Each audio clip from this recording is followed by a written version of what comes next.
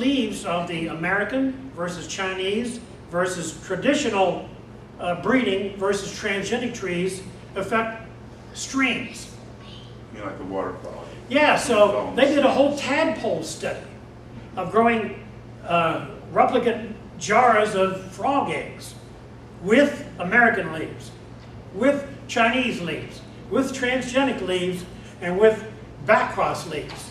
And you got to replicate this so you actually have a robust study. So there are literally hundreds of these damn jars, the little tadpoles developing, so that they could take this data and put it into one of these 6-inch documents for the EPA to say there's no difference in tadpole development. Now, what about bees?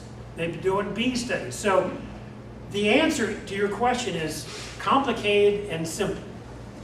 The simple part is they don't want to approve something and then 20 years down the road somebody says, hey, what the hell did you do back in 2020 that now it's 2035 and we got an issue here?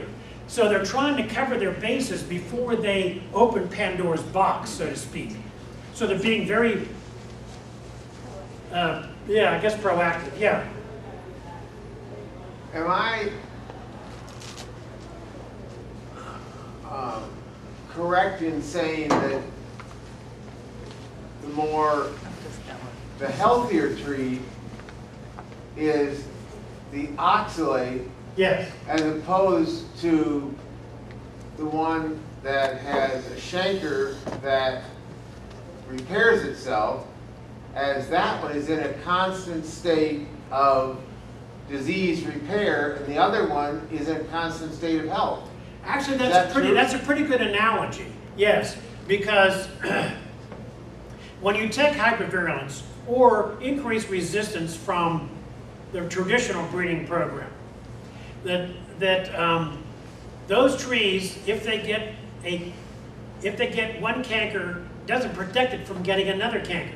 So your analogy of being constantly fighting versus not is actually pretty good, because the transgenic trees, when you get 2 or 3 or 4 or 5 cankers that begin to develop, the tree actually has its ability to stop that oxalic acid production right from the get-go. So you don't produce much of a canker. You maybe have a little necrotic tissue, and that's all you get, like on that small stem mass. So you get a little bit of necrosis, and that's all you get. Whereas the other ones are battling constantly to affect the virus. That's a very good point. Okay, that's good. I'm almost finished.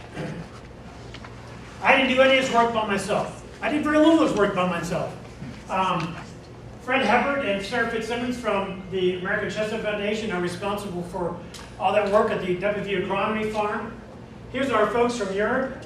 Here's Mira Cherkovic-Palika, Kirill Sodoworski, Ursula Heiniger, and Dana Rigling from Europe.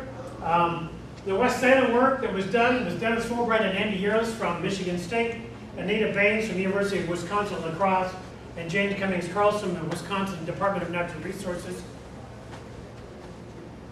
The Supernova work was developed by this man at the University of Maryland, Don Nuss. I worked for 40 years with Bill McDonald. We have a couple of grad students who work with us. Matt Caston has just replaced Bill at WVU. Here's the folks at the State University of New York working on the transgenic trees, and I didn't do anything without my wife. So, how can you help? Tom's going to talk about this. So, this is a telephone app that you can use when you get home. And by God, you can join the American Chestnut Foundation. $40 a year gets you involved in research. You get a magazine that's very well produced, and I produce a newsletter for the state of West Virginia. If you get it electronically, it looks really nice. If you're not on the email, you get daggone black and white little piece of stuff here. But those ways you can help. So for $40, I would greatly appreciate. And you don't have to join, if you don't want to join individually, join as a group. Master Naturalists from West Virginia, you can do that collectively. You don't have to do it necessarily individually. Okay. So, if you have pain in the heart, come and I will heal it.